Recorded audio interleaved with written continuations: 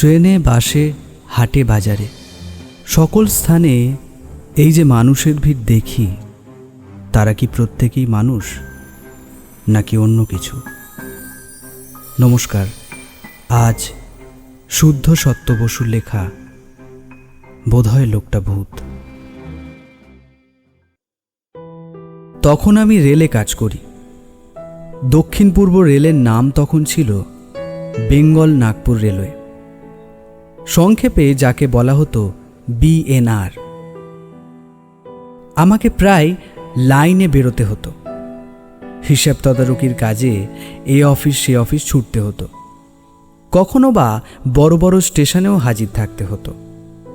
রাত নেই, দিন নেই, খবর এলেই হলো, হুট করে বেরিয়ে পড়ো। ট্রেন যদি সে সময় না থাকে, মালগাড়ির শেষে গার্ডের কামরায় চেপে চলো, সে অধিকার আমাদের ছিল। ব্রাঞ্চ লাইনে প্যাসেঞ্জার গাড়ি কম। সেখানে লাইনের যে কোনো চলন্ত গাড়িতে, সে শুধু খালি ইঞ্জিন হোক বা মালগাড়ি কিংবা ব্যালাস্ট ট্রেন, আমাদের তাতে ওঠার অনুমতিপত্র সঙ্গে থাকত। এই রকমের কর্মজীবনের কিছু বৈচিত্র্য আছে। বিবিধ ধরনের বিস্ময়কর ঘটনা চাকরির একঘেয়েমিতে ভারী মিষ্টি একটা প্রলেপ বুলিয়ে দিত। আমি এখানে তোমাদের কাছে আজ ছোট্ট একটা ঘটনার উল্লেখ করব। আমাকে যেতে হবে বিলাসপুরে। যাচ্ছি চক্রধর থেকে বোম্বে মেলে। হাওড়া থেকে যে বোম্বে মেল সন্ধ্যার দিকে ছাড়ে, সেটা চক্রধরপুরে যায়। ধরো রাত 12টার পর। মাঝে থামে শুধু খড়গপুর আর টাটানগরে। চক্রধরপুরে মিনিট 10 দাঁড়িয়েই ফের ছুট দেয়। দাঁড়ায় গিয়ে 100 কিলোমিটারের পর রাউরকেল্লা স্টেশনে।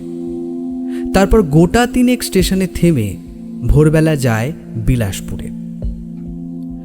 যখনকার কথা বলছি তখন ছিল শীতকাল। জানুয়ারি মাসের গোড়ার দিকে ওইসব অঞ্চলে শীত পড়ে। মনে হচ্ছে সেই সালটা ছিল 1943। তখন দ্বিতীয় বিশ্বযুদ্ধের জন্য ভারতের সর্বত্র সৈন্য চলাচলের শেষ হয়নি।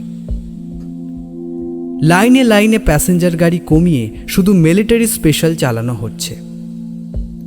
হাওড়া থেকে নাগপুর পর্যন্ত যেতে তখন মাত্র 2টো গাড়ি, বোম্বে মেল আর নাগপুর প্যাসেঞ্জার। মেলেও যেমন ভিড়, কারণ মেলের অর্ধেকটা মিলিটারির বড়বাবুদের জন্য রিজার্ভ থাকত।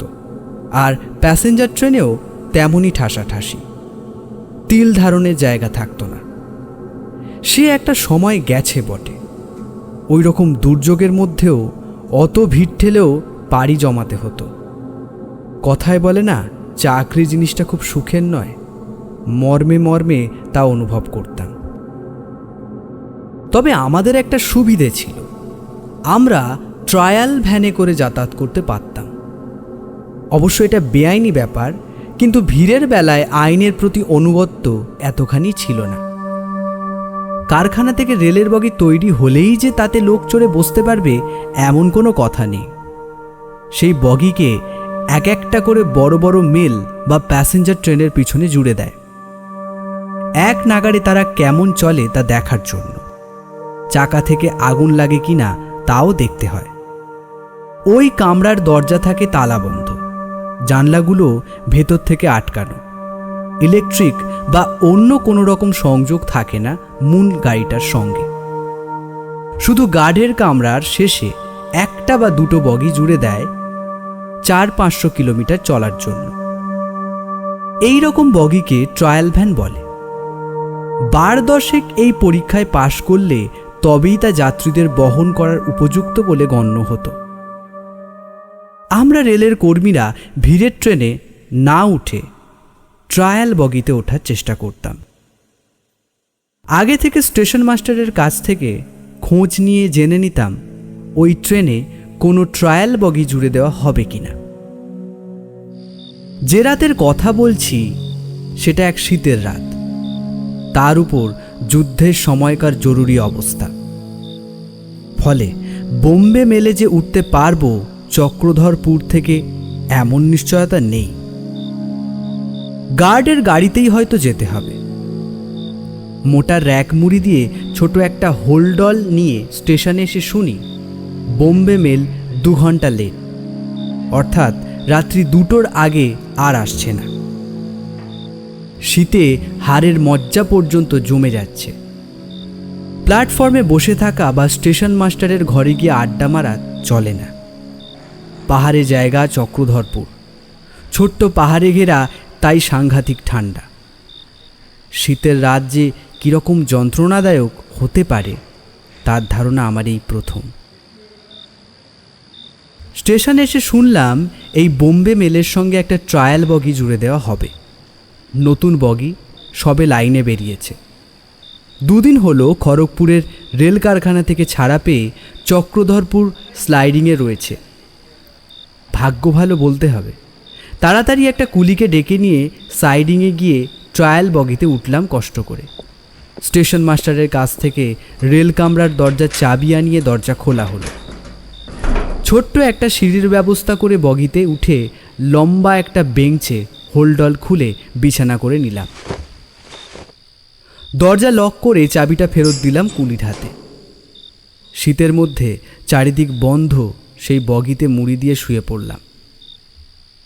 বোম্বে মেল এলে তার পিছনের শাটল ইঞ্জিন এই বগিটাকে টেনে নিয়ে জুড়ে দেবে, এই রকমই হয়।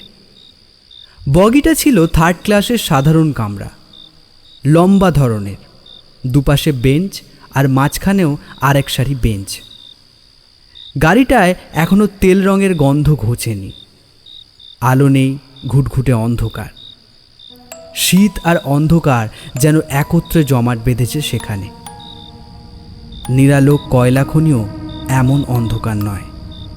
অ্যালার্ম চেনও নেই, আলোও নেই, দরজা জানলা খোলা নেই। কতক্ষণ ঘুমিয়েছিলাম বলতে পারি না। যখন ঘুম ভাঙল বুঝলাম বগিটা চলতে শুরু করেছে। খটাং খটাং আওয়াজ হচ্ছে। বোম্বে মেলের পেছনে বগিটাকে জোড়া হলো। শাটল ইঞ্জিনটা খুলে চলেও গেল। নিশ্চিন্ত হলাম, সকালে বিলাসপুরে গিয়ে নামাও যাবে। অফিসের কাজ সারতে আর দেরি হবে না। চক্রধরপুর থেকে গাড়িটা ছাড়তে না ছাড়তেই দেখি আমার সামনে বেঞ্চে আর একজনকে বসে। আমার পা দুটো যেদিকে সেদিকেই সে বসে রয়েছে। কিন্তু লোকটা উঠল কখন? আপাদ মস্তক লম্বা গরম কোটে মোড়া, মাথায় টুপি, হাতে পায়ে মোজা পরা হবে। বেশ লম্বা চওড়া চেহারা। অন্ধকারেও তার বিশাল বপুটা মালুম হচ্ছে।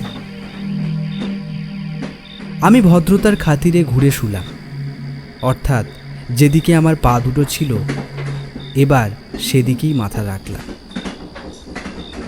আমার মতো এই লোকটাও যে রেলকর্মী সে বিষয়ে সন্দেহ হলো না।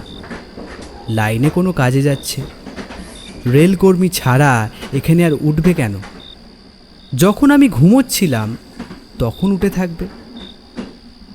এইসব ভাবতে ভাবতে ফের একটা ঘুম দেবার চেষ্টা করলাম। গাড়ি তখন চক্রধরপুর স্টেশন ছেড়ে বেশ জোরে চলতে শুরু করেছে। ঘন্টা 2 আগে আর কোথাও থামবে না। লোকটা হঠাৎ ধরা গলায় আমাকে ইংরেজিতে যে প্রশ্ন করল তার বাংলা মানে হচ্ছে, আচ্ছা, আপনি ভূত বিশ্বাস করেন? ভূত? হ্যাঁ, ভূত ভূত বিশ্বাস করেন? হতচকিত হয়ে আমি জবাব দিই, না, করি না। কিন্তু আমি করি। এই কথা বলার সঙ্গে সঙ্গেই লোকটা উঠে গেল কামরা থেকে।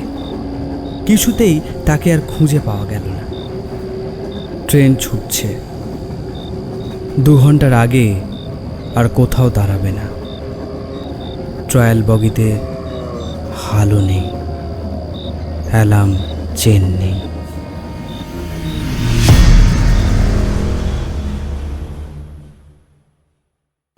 শেষ হলো আজকের গল্প। শুদ্ধ সত্য বসুর লেখা বোধহয় লোকটা ভূত। কথক এবং অন্যান্য চরিত্রে দেবাশিস ও রাহুল। গল্পের পোস্টার এবং সাউন্ড ডিজাইনে রাহুল। গল্পটি ভালো লেগে থাকলে লাইক এবং কমেন্ট করতে ভুলবেন না, আর অবশ্যই চ্যানেলটিকে সাবস্ক্রাইব করবেন। ধন্যবাদ।